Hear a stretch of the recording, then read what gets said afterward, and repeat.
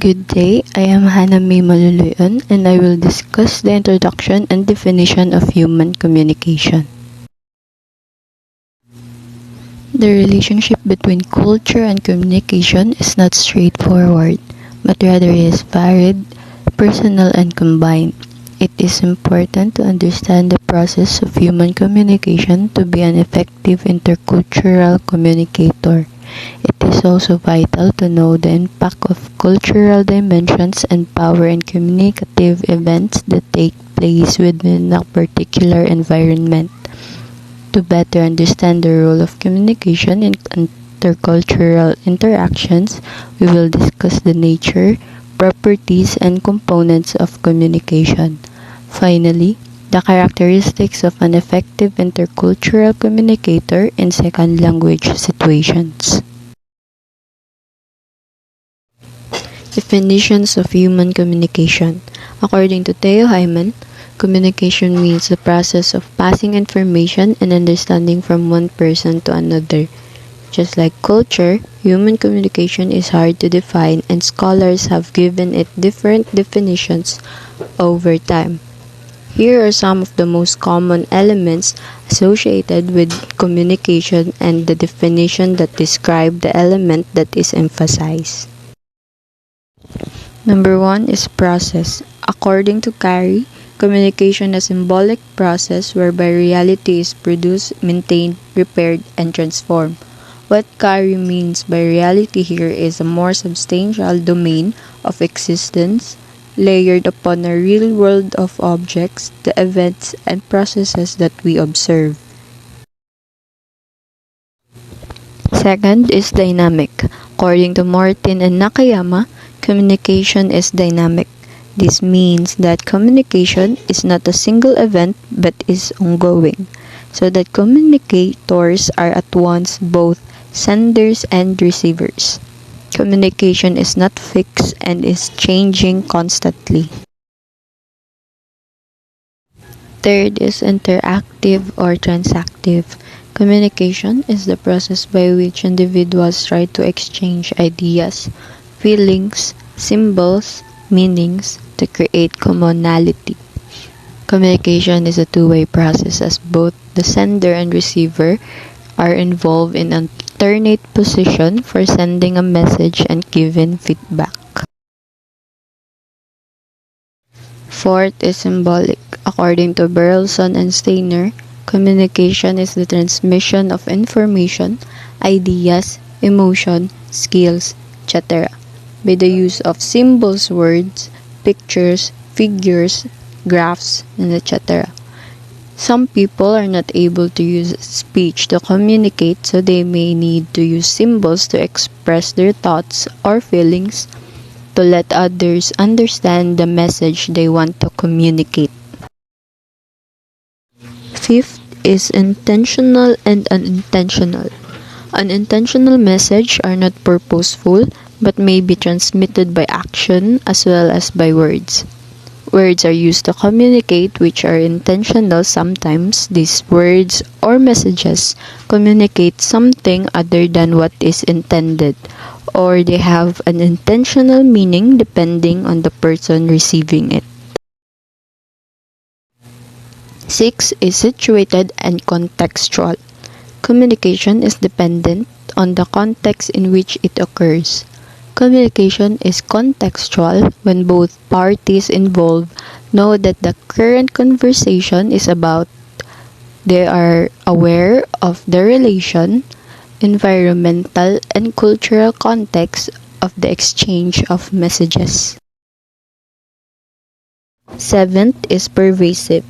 Communication is the process through which participants create and share information with one another as they move toward reaching mutual understanding. Communication is involved in every aspect of daily life, from birth to death. It is universal.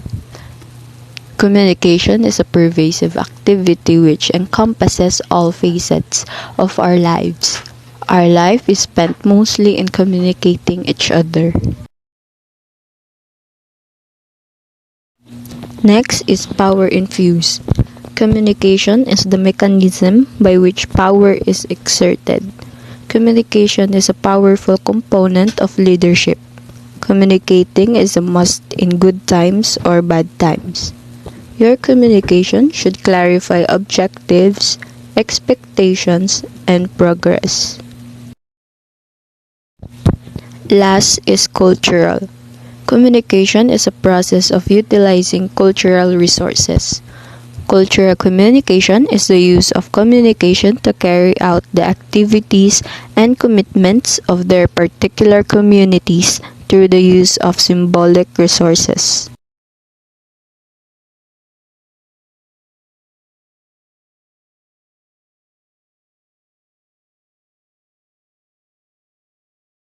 Good day everyone, I'm Rina Angeli A. Mante from BPA 2B. So today we'll be discussing the components of human communication.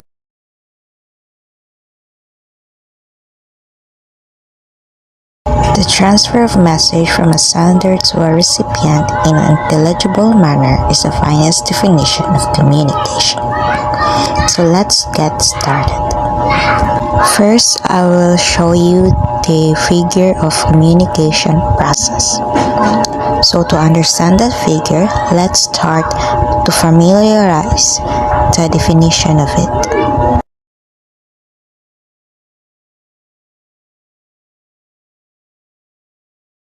First is sender. It's a person who is sending a message through verbally or non-verbally. Example is Henry asked Johnny about the right pathway to Jeju Island. So, Henry is the sender while Johnny is the receiver. Encoding is the process of putting an idea or message into a set of symbols. Encoding also occurs when the sender begins to formulate the message. Next is message. A message is a process that allows the sender and the receiver to form an communication to each other. Example for that is text messages, email, and appointment reminders. Channel is a type of media through which a message is sent and received. There are three types of channel. Verbal communication is the most used channel in day-to-day activities. Example is when you talk to someone physically. Next is written communication. It's a widely used channel of communication and it's more formal because you take time and process your message. Lastly is non-verbal communication. It's the easiest way to communicate because unlike written communication, you don't need to write the thought you want to send to your receiver. You only need to use your physical appearance or actions.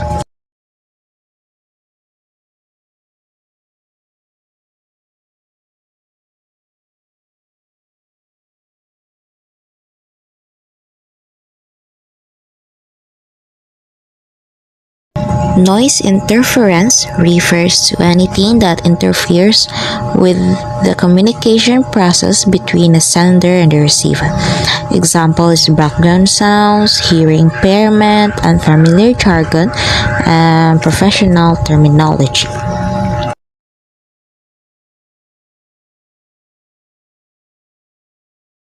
Receiver is the person who is receiving the message that is being sent. Let's use the same example. So Henry asked Johnny about the right pathway to Jeju Island. So Johnny is the receiver because he's the one who received the message coming from the sender, which is Henry.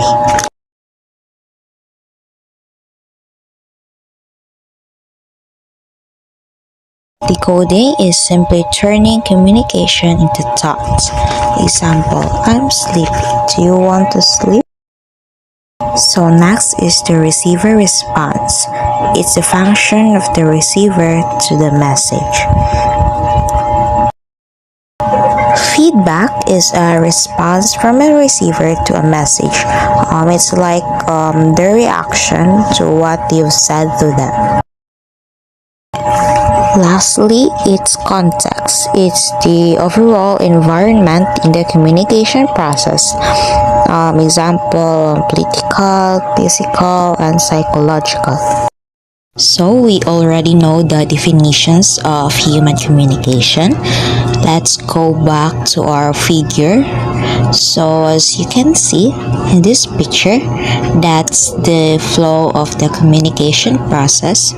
It always starts to the sender, and the sender encoding his or her thoughts to formulate to a message, and after that channel, it is where the message is sent to receiver. And also in channel we encounter some barrier, which is the noise and the feedback. Sometimes the sender and the receiver may experience a misunderstanding along in the conversation because it's where the interference occur. Example, environment noise, where the sender and the receiver talking.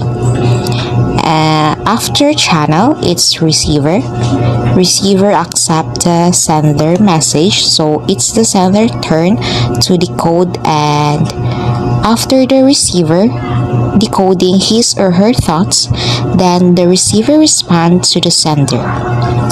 That's for today's video. I hope you learn how the components of human nature works. That's it, and have a good day.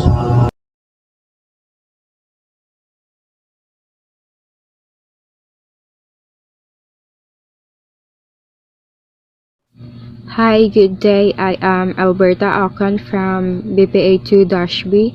So in this video, I am going to tackle about the communication properties.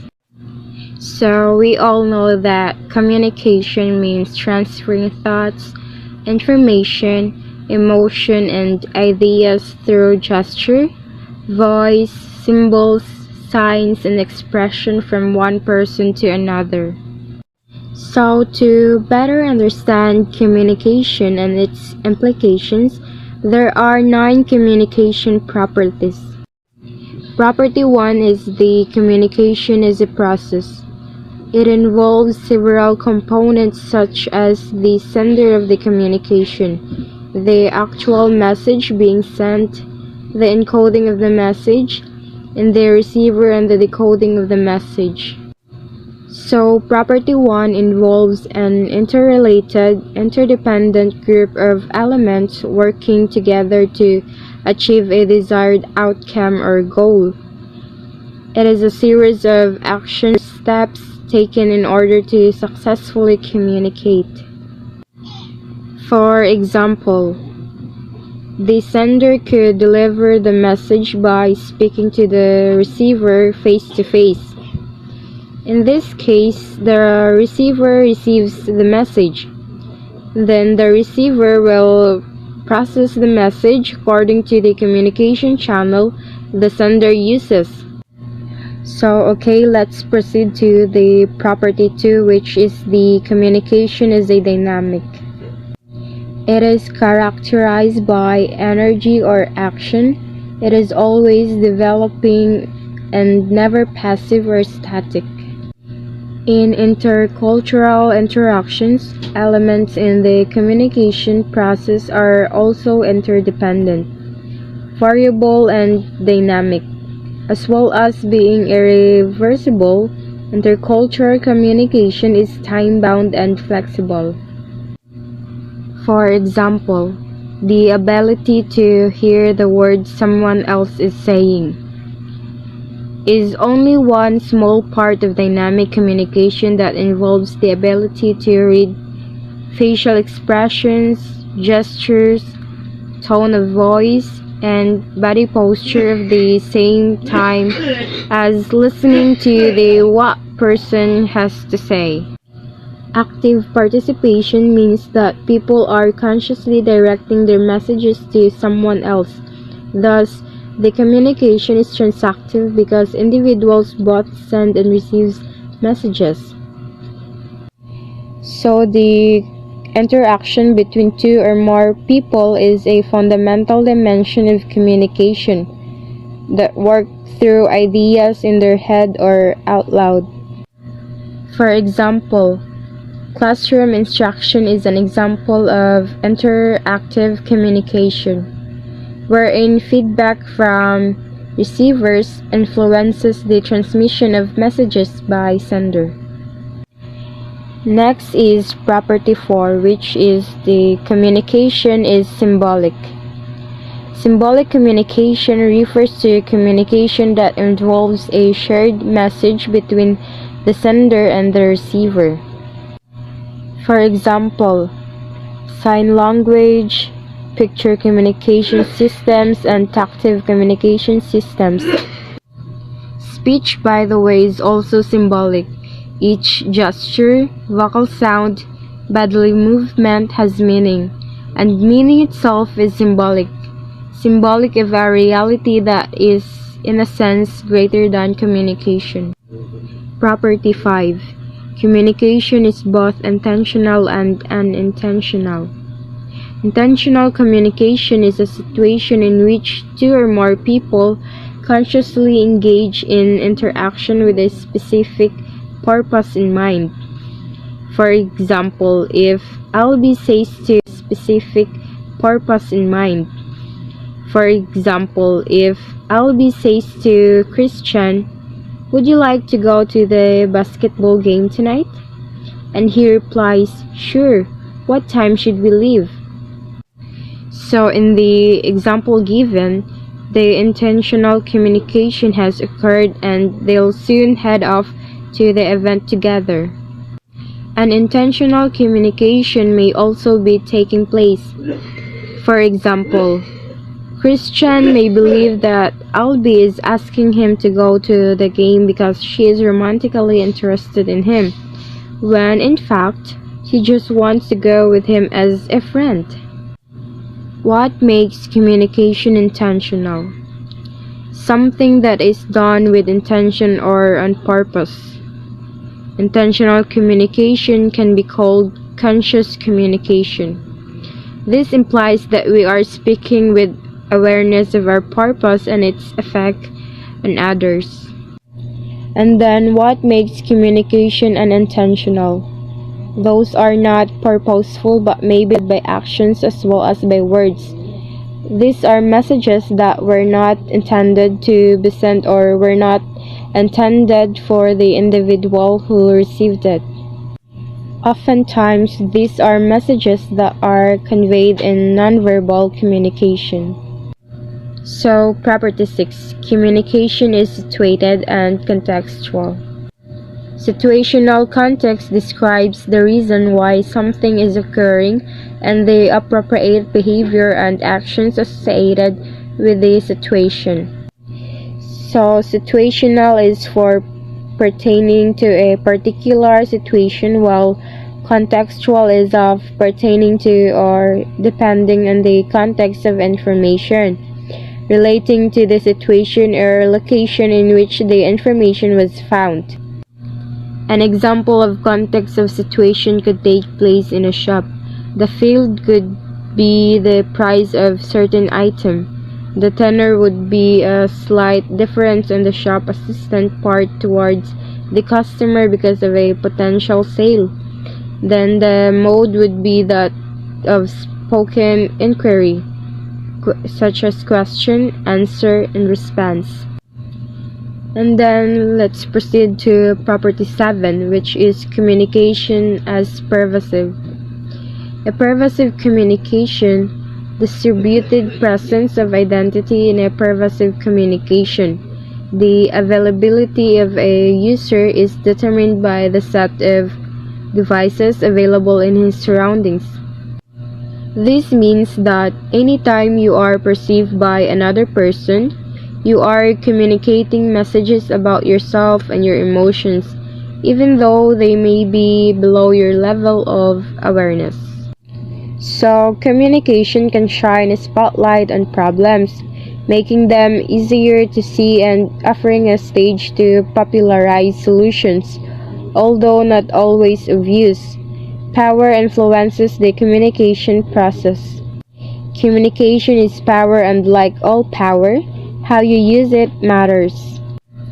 When people from different linguistic and cultural backgrounds interact, they do not share an equal power status. As Kubota 2012 explains, actual intercultural interactions are largely influenced by where one is positional in the power hierarchy in terms of race, ethnicity, gender, age, language, physical ableness, sexual identity, and other social categories. And then lastly is property 9, communication is cultural. Culture shapes communication.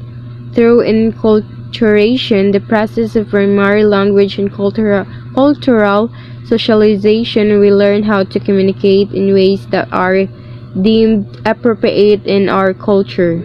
The verbal and non-verbal symbols we use to communicate with our in-group members are strongly influenced by our linguistic and cultural socialization. The way people communicate is the way they live.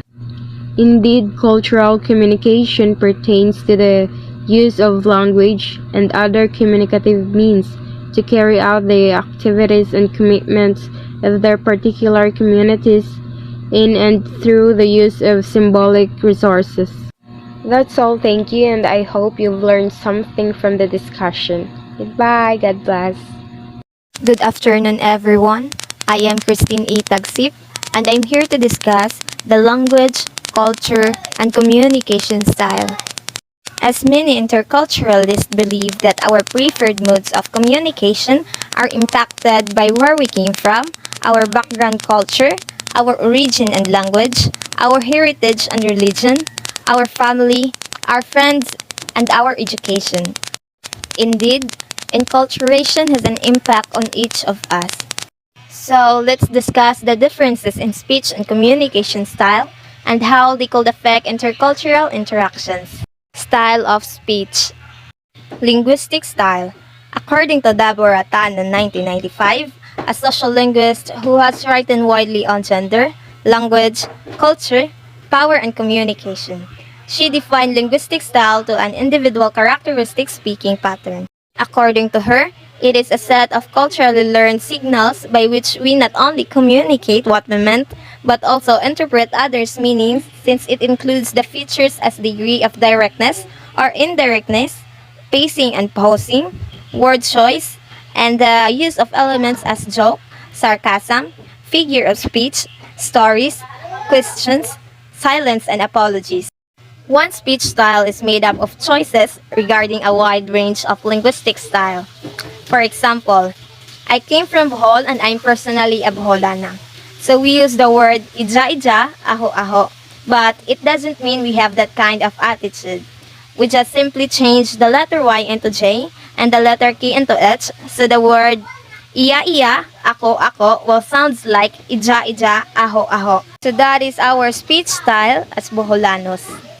Howard Gills and his associates have developed communication accommodation theory, which emphasizes the adjustments that people does while communicating. It elaborates the human tendency to adjust their behaviors while interacting.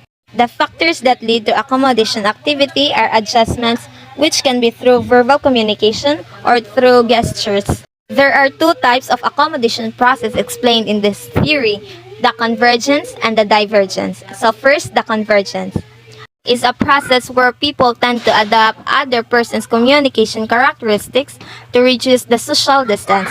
So for example, I'm Bisaya and stayed in Manila. So I tend to adopt their communication characteristic by speaking Tagalog in order to reduce the social distance. Next is the divergence, the process that contradicts the method of adoption, and in this context, the individual emphasizes is on the social differences and non-verbal differences between the interactants. For example, me and my friend are talking on Tagalog or Filipino language, and when I'm pissed of her, I switch my dialect into Visaya, which she can't understand. So this emphasizes the difference among the close relation with each other. So in other words, the act of convergence is bringing the interactants together, while the divergence has the opposite effect. Speech style as audience design. According to Bell 2007, a sociolinguist in New Zealand, he defined the speech style as the dimension of language individual speaker have a choice. According to him, we do not always speak in constantly the same way. We're shifting the way we talk in different ways. On different occasions, we talk in different ways, which is absolutely true. The style shifting and code switching is quite relevant to this discussion, so we will tackle them. Eckert and Rickford 2011 defined the style shifting to a process of adjustment or changing from one style to another. It is the use of more than one style of speech during the course of single conversation or written text, while code switching is changing between different languages. The audience design framework is developed by Bell, which indicates that the speaker may make choices about their speech style, same as the communication accommodation theory that can influence interpersonal, intercultural relations. Communication style. According to Sapphire et al. 2005, communication style is the way in which we communicate, a pattern of verbal and nonverbal behaviors that compromises our preferred ways of giving and receiving information in a specific situations. Communication style is more broad than linguistic style, since linguistic style focuses on patterns of language use, while communication style, according to Zhu Hao 2011 419, is the way individual or group of individuals communicate with others. For us to understand it better, according to Sapphire et al. 2005, if the message content is the what and the communicator is the who, then communication style is the how. People have these verbal and non-verbal patterns that influence how we communicate and may not match our evolving thoughts and emotions. And as a result, what we say doesn't always align with what we meant, as we give the others the wrong impressions of what we want to communicate. High context versus low context communication. Hall 1976 and 1983, an anthropologist categorized cultures into two broad types, the high context and the low context, since there's an influence of cultures on communication style. According to him, context features and communication styles among cultures are closely correlated with the cultural dimensions of individualism and collectivism. Individualism and collectivism has this following trait. The collectivist culture has these characteristics: community, collaboration, shared interest, harmony, tradition, the public good, and maintaining faith. While individualistic culture places more emphasis on personal rights and responsibility, privacy, voicing one's opinion, freedom, innovation, and self-expression. High context culture. Most of the information is communicated through indirect and nonverbal means with a reliance of mutuality, shared knowledge. In indirect communication, implicit, verbal messages, subtitle nonverbal behaviors such as poses, silence, the use of space, gestures, and avoidance of the eye contact. According to D. Capua and Wintergerst 2004-71, high context communications occurs in cultures that stress communication through the context of social interactions such as gender, age, status, and other cultural elements, and the physical environment in which the interaction is taking place. According to Hall 1981, these communication styles usually found in collectivist-oriented nations such as China, Japan, Mexico, Nigeria, Saudi Arabia, and more. Low context culture. Information is explicitly communicated through direct, specific, and literal expressions. In indirect communications, the speaker intentions and views are made clear by the use of clear, direct speech and forthright tone of voice.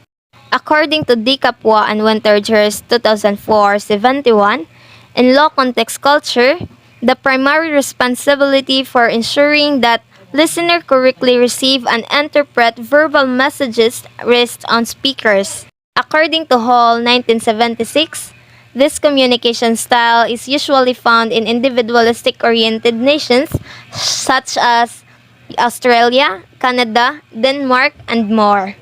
Interactions between the low context and high context communicators may be frustrating and lead to mistrust and anxiety until the individual develop more understanding of variations in communication style.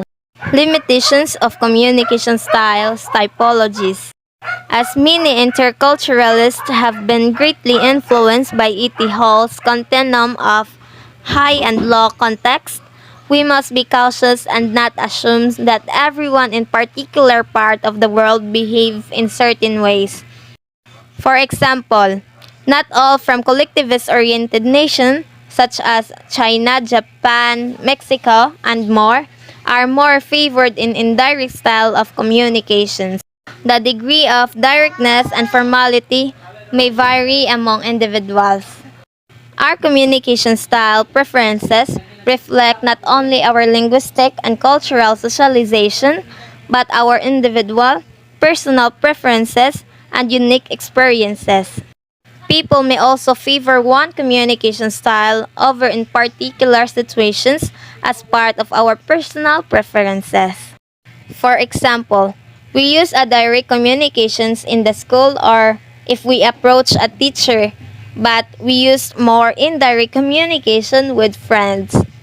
That's all for my discussion. Francis Villando will discuss the next topic. Good day everyone, my name is Princess Villando from Group 1 and right now we're going to tackle about the characteristics of an effective intercultural communicator in second language situations. But for us to understand more about the topic, let us have an overview about what is intercultural communication. According to Zhu Hua 2011, intercultural communication refers to a situation where people from different cultural backgrounds come into contact with each other. Thus, intercultural communication essentially means communication across different cultural boundaries. When two or more people with different cultural backgrounds interact and communicate with each other or one another, we can say that intercultural communication is taking place. It also includes in my topic about what is a second language. I know that most of us here already know that second language is any language spoken by someone other than their first language. Furthermore, a second language is a language that is not the native language or first language of the speaker. So, since we already know that what is intercultural communication and what is a second language, let us proceed to what is the characteristics of an effective intercultural communication in second language situations. Effective intercultural communication by H.J.D. Looper is the communication between people with several cultural contexts. Because we are all different, it is important to recognize each other's communication manners and then learn to handle them. In intercultural interactions as well, you may find yourself in situations where you are using your first language to communicate with someone from a different linguistic and cultural background. The following are some suggestions to become an effective intercultural communicator in such situations.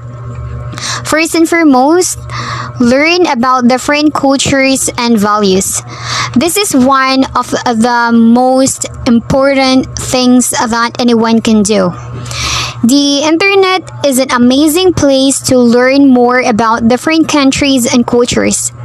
There are also travel documentaries available in a wide variety of streaming platforms too.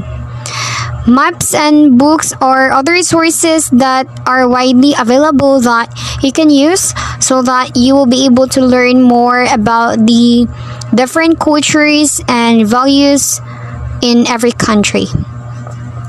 The second one is be sensitive to the cultural beliefs, values, gender differences, and politeness norms that may underlie different styles of communication.